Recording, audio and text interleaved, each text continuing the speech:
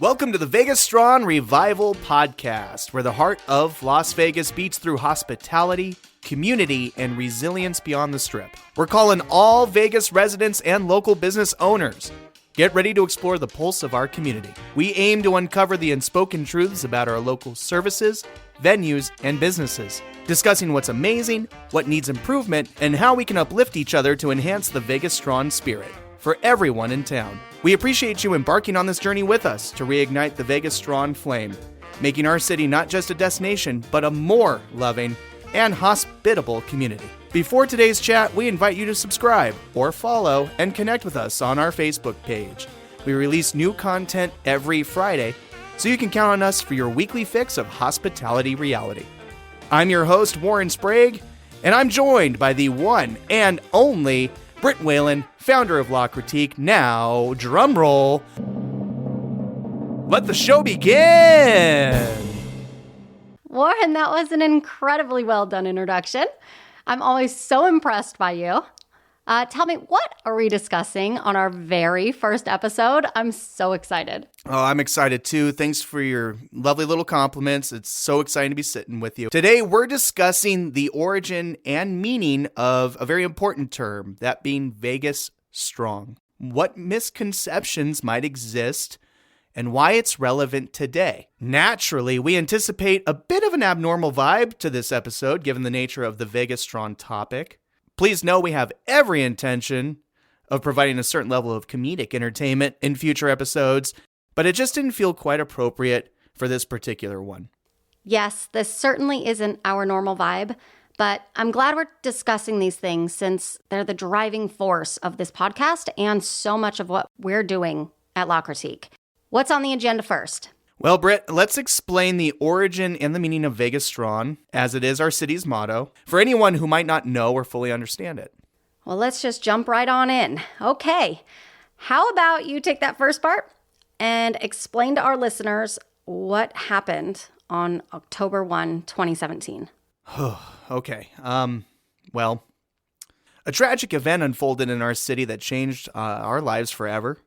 It was and still is the deadliest mass shooting in modern American history. At the Route 91 Harvest Music Festival, hosted on grounds near the Mandalay Bay Resort on the Las Vegas Strip, a gunman opened fire from a hotel window, raining bullets down on the concert crowd. It was an act of unimaginable horror and devastation.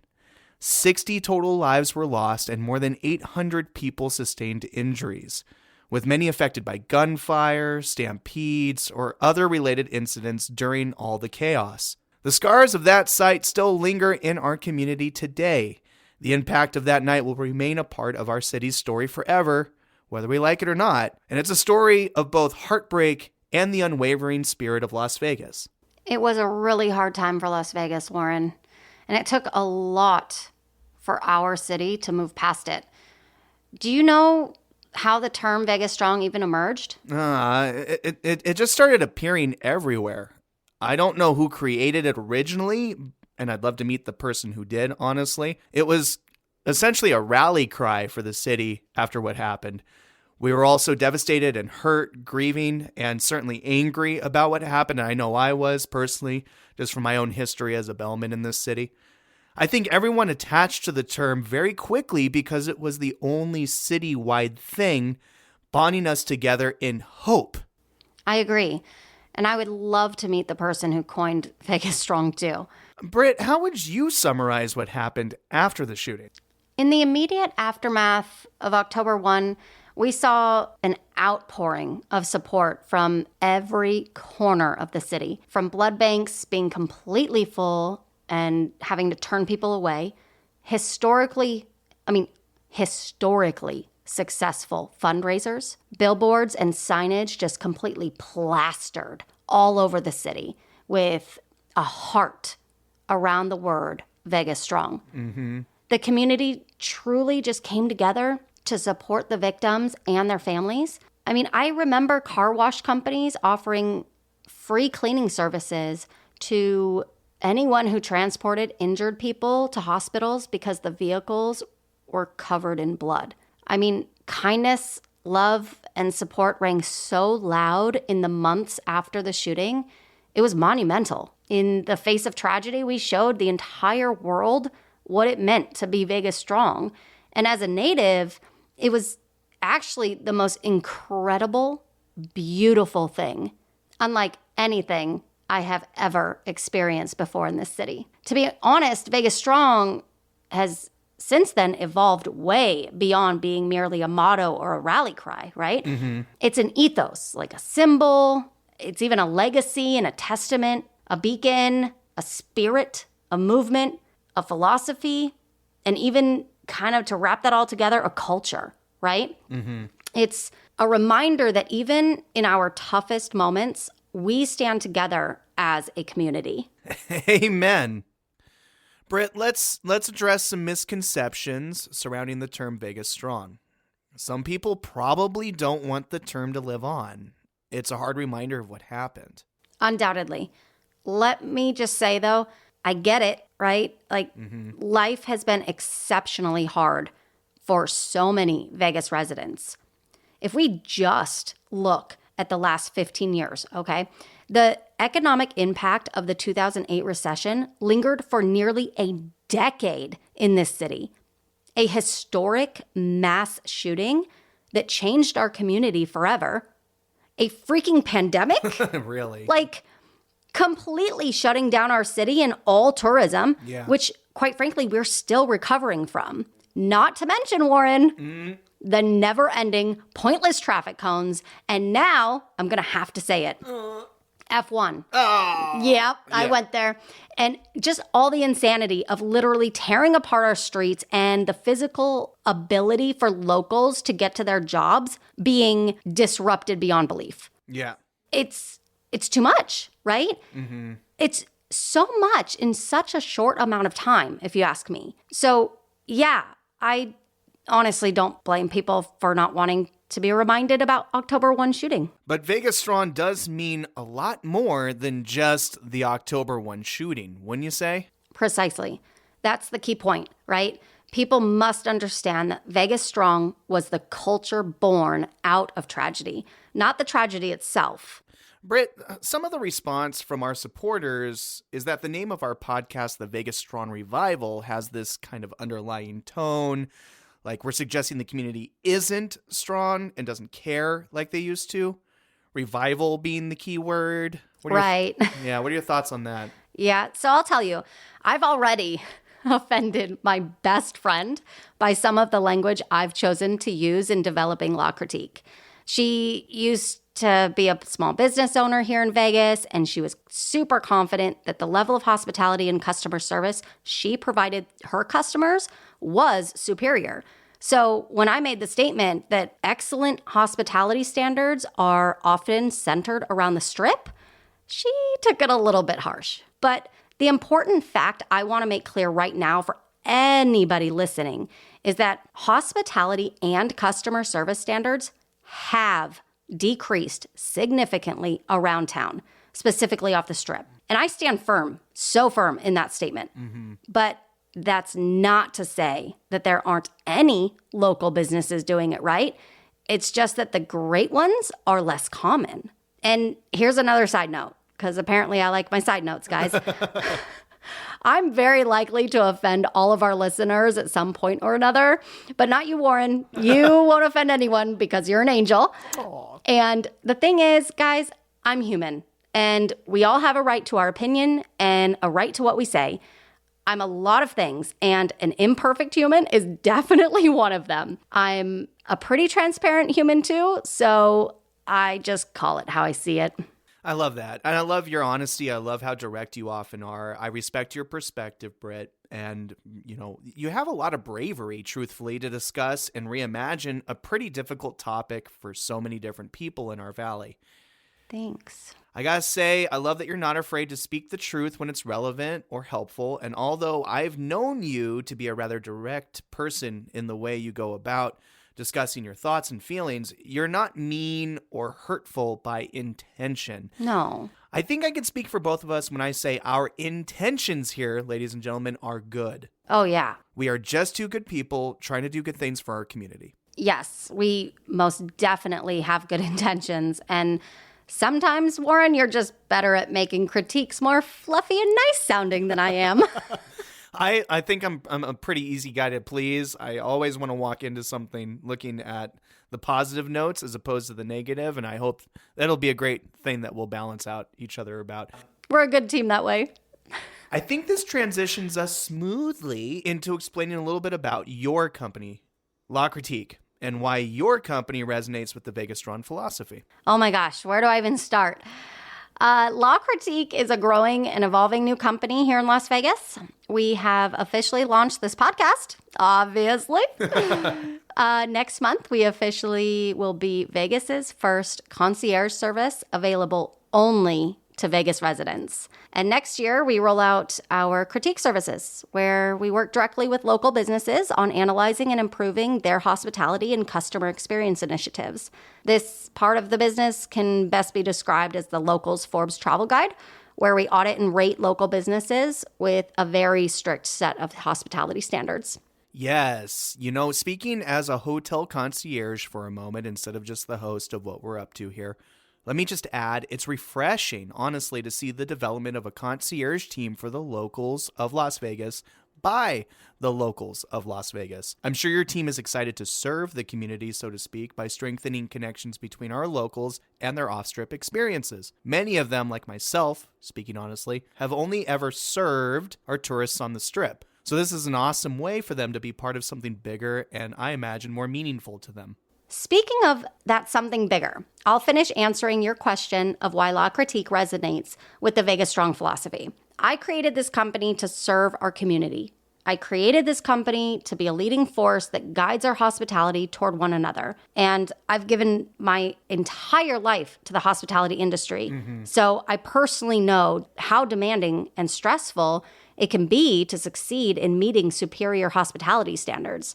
Being a native and experiencing everything I have in this city, I also personally know how incredibly talented, creative, and strong we are. So I just want to take that strength and our natural grind mentality that we have and enhance it with more consideration, more compassion, more authentic hospitality, and ultimately, more love. I couldn't agree more. If it's one thing I've really learned about Las Vegas hospitality professionals is that so many of them have their passion projects in the background that they drive toward at all times, right? They're chefs, they're artists, they're musicians, they're athletes. There's so many passions amongst us, even as we conduct our hospitality work. And we want to celebrate the people behind the hospitality. Ooh, can I add to that? I would like to say that if you're listening to this podcast and you are a local who loves to produce music, we would love to have you produce something for our podcast intro, because using stock music just isn't all that supportive of locals. And we we really do want to be supportive of our locals. So reach out if you're one of those people. I couldn't have said it any better myself.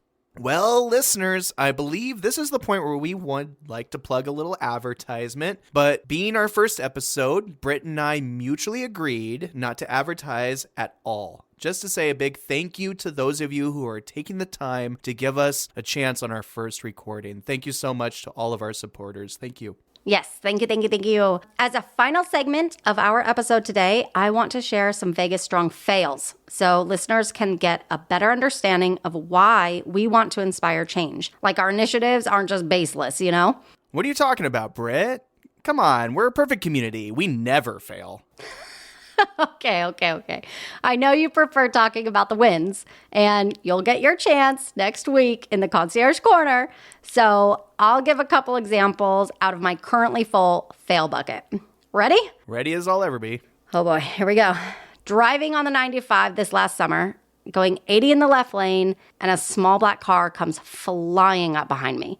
I wasn't even sure that they saw me, right? And I couldn't merge over to the right because there were cars there. So I very lightly tapped on my brakes just to get their attention and like, hello, don't hit me, please. Right, yeah. I swear, guys, I did not do a full-on brake check, okay? I know what that is. And I've done it before. I'm guilty, but I didn't do that this time, right? But this person rides my tail and then blows past me via the HOV lane, then cuts me off in front of me and goes to the middle lane. I feel like everybody's dealing with traffic like this these days. We're becoming a little mini LA. It's... Let's not say that. We can't jinx it. Okay. So this guy slows down to the pace of traffic. And I'm thinking, like, this is so weird. Like, most people, in my experience, they cut you off and they keep speeding forward. Like, they have a goal in mind of getting somewhere, right? Right. They don't just cut you off and then slow down in front of you. Mm-hmm. So, I don't know. At this point, I'm maybe 40 feet behind them, and I'm nervous to pass them because it was like just so abrupt. Mm-hmm. And I'm questioning why they decided to slow down. But I continue at my same pace. Like, I don't deviate. Okay. And then they start slowing down, getting closer to my car. Yeah. The driver's side window rolls down and Warren? No. I cannot make this up. They throw rocks out at my windshield. Wait, what the hell? I'm not kidding. You can't make that up. Where do they why do you have rocks in your car? I know. How is this constructive? So insane. Warren, who has rocks in their car, first of all. Yeah. And then to be so vindictive, right? Like, yeah. Dude, I only tapped on my brakes, tapped on them. Sure. And you're going to throw rocks at my windshield? I feel like they make contact, you shatter a windshield, there's a panic attack, you yourself get into a car accident, there's potential like vehicular manslaughter at play here. Like, what is the constructive thought that goes through one's head to do this? It's so disappointing to know that happened. I can't even imagine. I have been driving on these roads for, oh gosh, I don't even want to say it out loud, over 20 years. Right. Oh gosh, that's a sad realization. Yeah, Warren, it's never been like this. I agree. It's an absolute VegasStrong fail, folks. Can we have each other's backs on the roadways especially? We all want to get to work. We all want to make our paper. We all want to fill our objectives. Can we please do it safely and respect one another? Now I'm definitely scared to hear another example. Okay, yeah. Well, I told you my bucket was full. Yeah. So our city's a little wild right now. Mm-hmm. And I guess since dining out is relatable for everybody, I'll use that category. Side note, even though I do have very specific venues in mind for these examples, I will never feel okay, like ethically, to name drop a venue in a negative way on here. So sorry, all you gossip lovers, you will have to find your gossip elsewhere. Moving along. Okay, so here are some issues that I've repeatedly experienced at restaurants in town recently, not on the Strip, okay? Okay. Upon arrival to a restaurant, the hostess's first words are, "Do you have a reservation?" Right. Not a welcome, not a how are you. Oh, God. Great to see you. I'm sure that there was no smile or eye contact either. You know, it's Don't almost get me like started. an inconvenience that you chose to walk through the door. Yeah. And 9 times out of 10, actually 10 out of 10 times, I don't have a reservation. Oh, okay. So, yeah, no. Next, when I'm seated, a server immediately approaches and asks, "What can I get you to drink?" Oh, I totally vibe with this. It again, just with the greeting, can we start with a good afternoon, good morning, or good evening? Can I introduce myself? You know, how are you? Let's have a moment of connection before jumping right into business as usual, right? Yeah, like, I've been here all of 2.5 seconds. I have no idea yet what I want to drink. Right. You just handed me the menu, by the way, right? Yeah. This is where I first see all my options. It makes total sense. It's so frustrating when that's your opening line. Yeah. Okay. Moving along. Okay. Food arrives, right? And it's not the temperature that it should be, or it has a small piece of plastic or hair in it. Oh, God. Yeah, I can totally relate to this, too. I went to a local burrito restaurant recently and came back with a hair in my burrito, and I feel like I've had that happen a few times in the last couple of years. It is really a pattern, and it's so gross. I mean, I have a huge full beard. I would wear a beard net if I needed to take good care of my customers' food. I wonder if there are people out there doing that too. I'm beyond myself, Warren. I mean, no hairs in food is like food preparation 101. So of course you are. The plastic was really shocking. Where did you find that? I have to know. No, I can't tell you where I found that. Oh, God, but in like a bowl of chili? I mean, I'll tell you off air. Gross. I have to know because I'm not going. Okay, my favorite.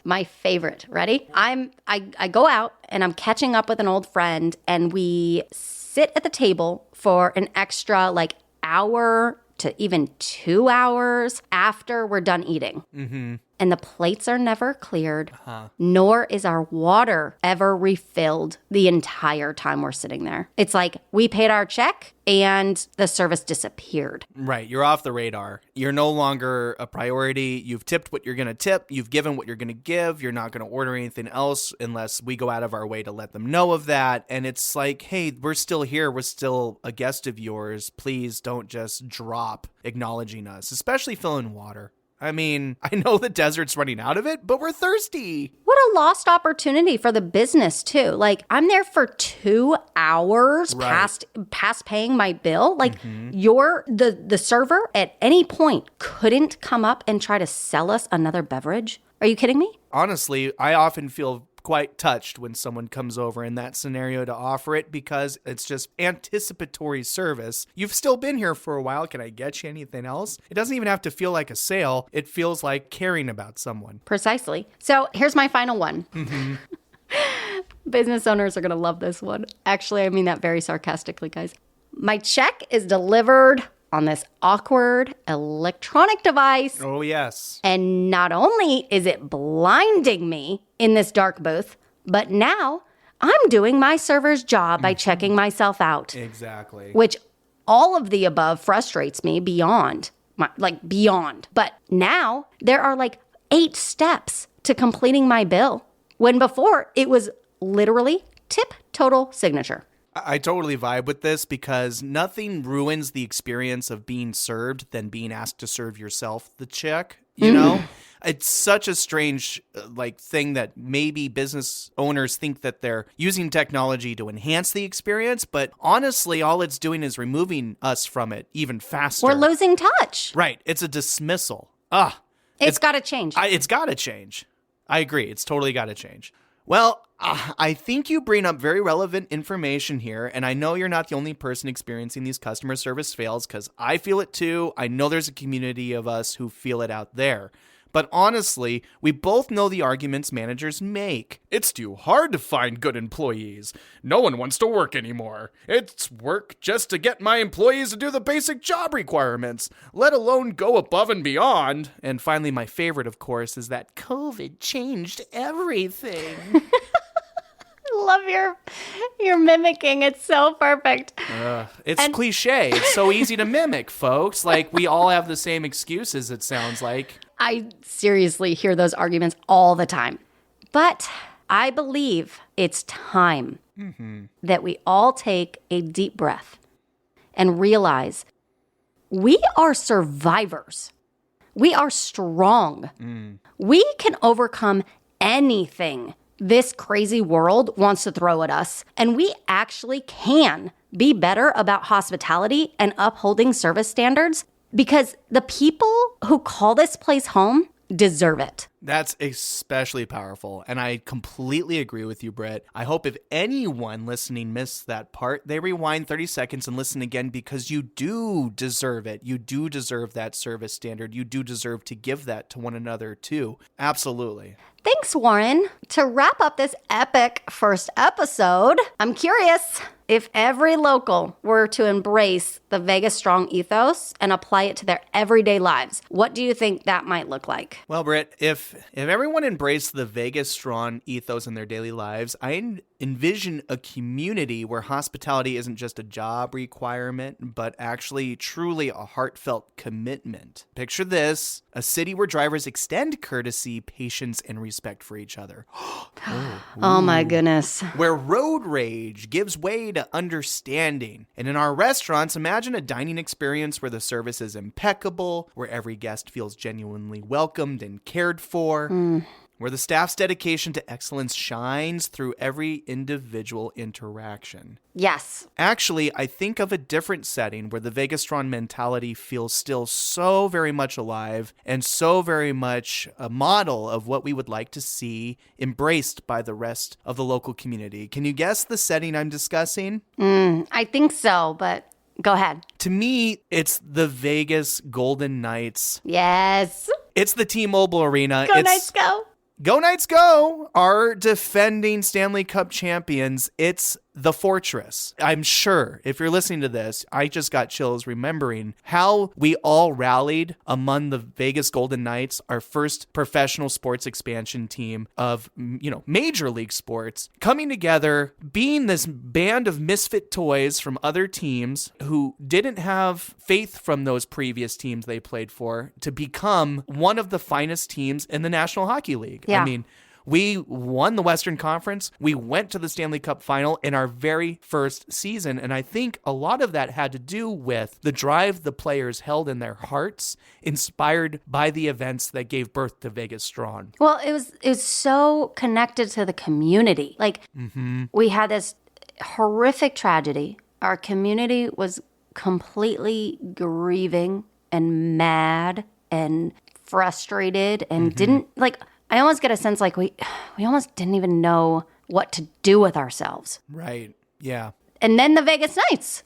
Exactly. This team was already created, but we've poured all of our passion and our togetherness and our belief in one another into this team. And they responded with one of the most historic seasons in sports history. And we could be proud of that. No one can take it back. And now, especially right now, as the defending champions, we see the symptoms of a VegasStrong community all throughout the Fortress. And you've been to a game, clearly, obviously. Amen. Right? I have. Anybody who hasn't been to a game yet, oh my gosh. Go. You have to experience this, guys. Yeah. It is wild. I think that the VegasStrong ethos is absolutely, hands down, the strongest inside of the T-Mobile Arena. Exactly. The Fortress philosophy, as I like to call it. And I'd love to see that stretched out. The amount of high-fiving we do with each other in the stands after a goal. Do that to your neighbor when you come home from work. Do that for one another when we patronize each other at our various businesses. Let's be sure to have each other's back and remember we're in this together and we can celebrate together every little victory. It's a beautiful thing. I really would love to see the Fortress philosophy saran wrapped around our community.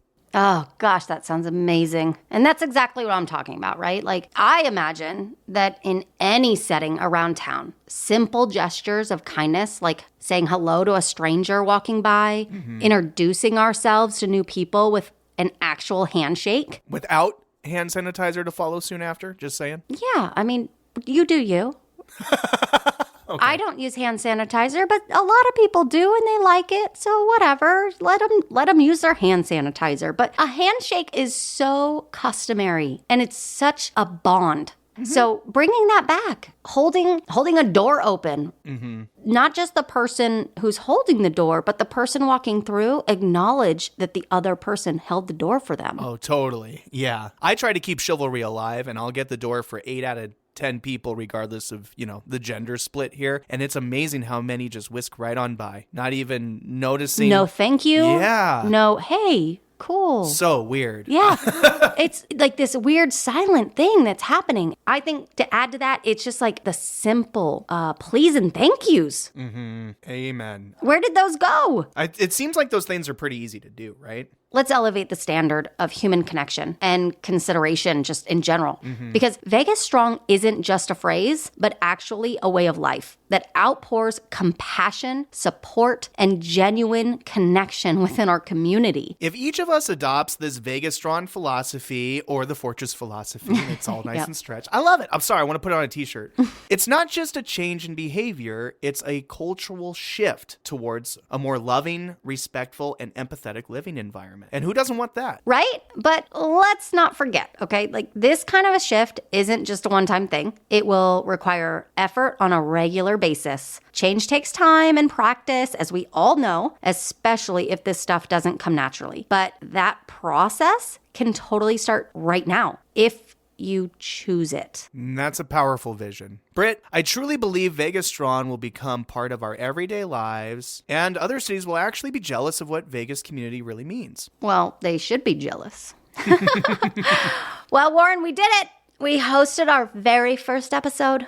It was a little intense, as perhaps any tough topic would be, but I think we brought it home with some encouragement and motivation. Well done, friend. You were positively scrumtrelescent. Before we go, we'd like to wish everyone a wonderful Thanksgiving holiday next week. Stay safe during this Formula One weekend, okay? Please be patient with each other, most especially in this strange time where none of us are really aware of how we're getting from point A to point B in so many different ways. Patience. Britt, I sure know what I'm grateful for this year. You guys are amazing. Our listeners, of course. Thank you so much for the support already. This is just our first episode, but we have so many of you already so excited for this content. Should we leave our listeners, Britt, with a little teaser of what our next episode should look like? Ooh, I love a surprise, but hints are fun. So let's just leave them with like 2 words. Nightmare guests. Boo. Boo. Oh boy. That'll be fun. We love discussing when we go wrong as those guests. It's going to be great. And that's a wrap on another critical, or should I say critical, episode of the VegasStrong Revival. We hope you enjoyed the conversation and found it as compelling as we did. We'd like to extend our deepest gratitude to our amazing listeners for taking time to listen and engage with us. Your support is truly invaluable. Remember, the VegasStrong spirit is all about coming together, so please share this podcast with your friends, your colleagues in the hospitality industry, as well as anyone who loves the local Las Vegas as much as we do. If you have any suggestions, ideas for future shows, or even if you'd like to be a guest on a future episode, don't hesitate to reach out. You can connect with us on our website, our Facebook page, or even leave us a voicemail on our super cool podcast hotline. Before we go, make sure to subscribe to our show on your favorite podcast platform so you never miss an episode. We release new content every Friday. Thanks again, Las Vegas, and let's continue to revive our city's passion for personalized service together. From Warren Sprague and Britt Whalen, stay strong, Vegas.